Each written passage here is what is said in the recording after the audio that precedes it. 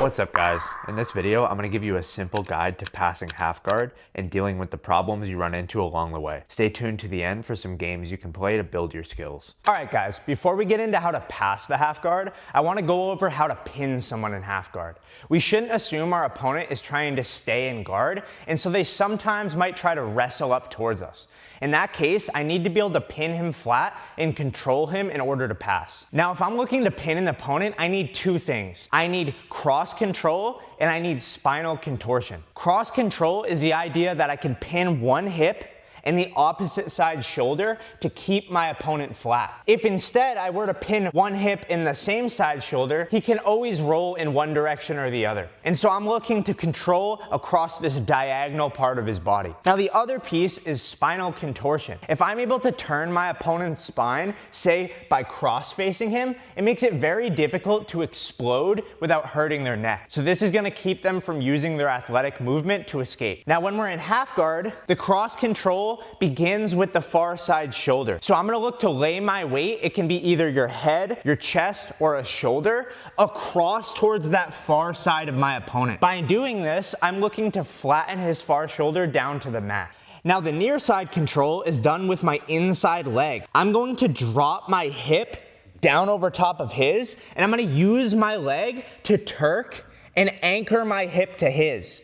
When I add these together, it creates cross control and keeps my opponent flattened out. Now sometimes that cross control isn't enough. If my opponent's really strong and he starts rocking the boat, I'm not going to be able to hold him in position. So instead, I want to use a crossface to contort his spine. Now there's a bunch of ways to implement this crossface. The one I like to use is to reach super deep across the neck, drop my shoulder over the hinge of his jaw, and now instead of leaning forward and off balancing myself, I'm going to retract my elbow backwards and drop my shoulder straight to the mat. This keeps his face turned and helps me control his explosive movement. All right guys, now let's start with how to pass from this cross-face position. So assuming I have an underhook on the far arm, a cross-face laid in nice and tight, and my hands locked together, this is a great passing position. The way I'm gonna pass from here is by utilizing my free foot to create a shin pin and pass from that. So in order to implement this shin pin, I need to get his knee close to the mat.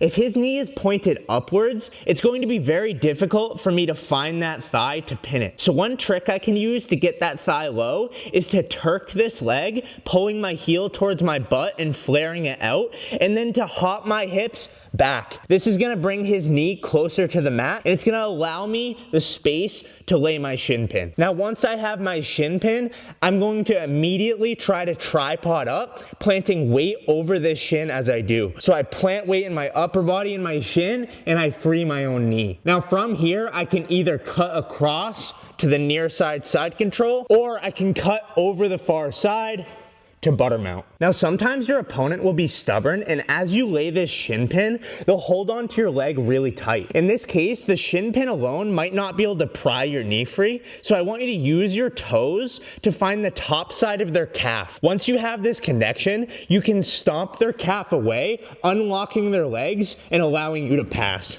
Now another option if your opponent is being stubborn, hugging your leg tight, is to use your shin pin to split their legs. So I'm going to begin by walking my inside leg up towards his far shoulder. Now I want you to point your knee towards that leg so that you're backstopped against his leg press. As you do this, keep that pin down nice and tight. Walk, walk, walk until you feel tension in their hips. Now, one way I could dismount here is by taking a big back step and then assuming position. Now, the most practical approach to pass from this position is to flip that far side foot to the inside of their hip, continuing pressure with your knee as you do, and then kick off to side control. All right guys, now let's talk about how to deal with some of the most common defenses. So in this case, instead of me being tight chest to chest on my opponent, he's established a frame with his top arm. Now this frame can be really annoying, and it can prevent me from putting down enough pressure to pass from here. So I really do need to address this. Now the easiest, most conservative way to address this is by using my weight to break down the integrity of the frame. If my opponent has poor mechanics, it's gonna be really easy to do. So if your opponent opponent is too deep towards the wrist, this frame is actually pretty weak. All I'm gonna look to do is drive my weight through his arm down against his rotator cuff. So rather than going straight towards the elbow where he can press me away, I'm gonna drive my head just to the inside of his shoulder, kind of towards his wrist as I do. So I tuck my chin and I start dropping my weight. Now if you can collapse that frame, awesome. Now, if my opponent has good framing mechanics, I'm not going to be able to simply crush this frame. So instead, what I'm gonna look to do is hit a row drag to recover my underhook. I'm gonna begin by driving my weight into the frame, getting my opponent to commit to his frame. Once I feel this commitment, I'm gonna back away, slap his elbow with my bottom arm and his wrist with my top arm. As I do this, I'm looking to get a flare in his elbow. This prevents him from using his back muscle to lock this frame in place, and it puts a lot of the tension over his rotator cuff. This is gonna allow me to pass the wrist in front of my neck, dropping back in to recover my position. Now, if my opponent has a really strong frame and I can't seem to manipulate it, I'm instead gonna look to switch my hips and collapse my body weight over his elbow. So the first thing I'm gonna look to do is grab just at the elbow and pull it slightly down. All I'm looking for is his elbow getting closer to his hip line. Now, as I make progress towards his hip line, I take my top arm and I bring it around elbow to elbow. I'm looking to collapse that frame directly towards my opponent's hips. Now, as I trap my opponent's arm, I'm also going to look to trap their bottom leg. So I back heel with my trapped leg, I switch my hips, and I doorstop his thigh under my leg. With this scissoring pressure, I have his inside leg trapped between mine, and I'm pretty stable in this position. From here, I can look for a pass. So I begin by posting his leg with my free hand. This is gonna keep it from tracking me, and then I'm gonna point my trapped knee towards the ceiling. As I point this knee, it's gonna open a window for me to withdraw that leg and plant it on the mat. From here, I can either square up to side control, or I can throw my leg over to mount. All right, guys, now let's deal with the bottom side frame. In this case, my opponent is blocking my hip, and trying to throw a shin pin will become very difficult. Now, I could just try to pluck this hand, but if he's strong and disciplined, that's not gonna happen. So instead, what I'm gonna look to do is pin the wrist and look for a second underhook. So I begin by drawing my hip back, weakening some of the pressure, and then I look for a wrist grip. Now, I'm just gonna drive my body weight straight down to pin this wrist on the ground. Now, instead of moving against his resistance and trying to push his arm out, I'm gonna use my legs to pull him away from it. So I turk my leg like we did before, I pop to my toes on my other foot, and I drive his hips in the other direction. Once I get this separation, I'm clear to dig for my second underhook. Now, as I get my second underhook, I need to reestablish a crossface. Because both my arms are occupied, I'm instead gonna use my forehead. So I drive my forehead to the other side of his, and then I look to plant it on the mat next to him. I now have his arm and his head trapped between mine. If you enjoy the content and you wanna build better BJJ faster, click here for 30 days and 30 ways to train smarter. Now, once I get to this double underhook position, it's fairly easy to pass. I could try our standard approach of pinning with the shin and withdrawing my knee, but what's even easier is using my Turk to drive his hips away from my center.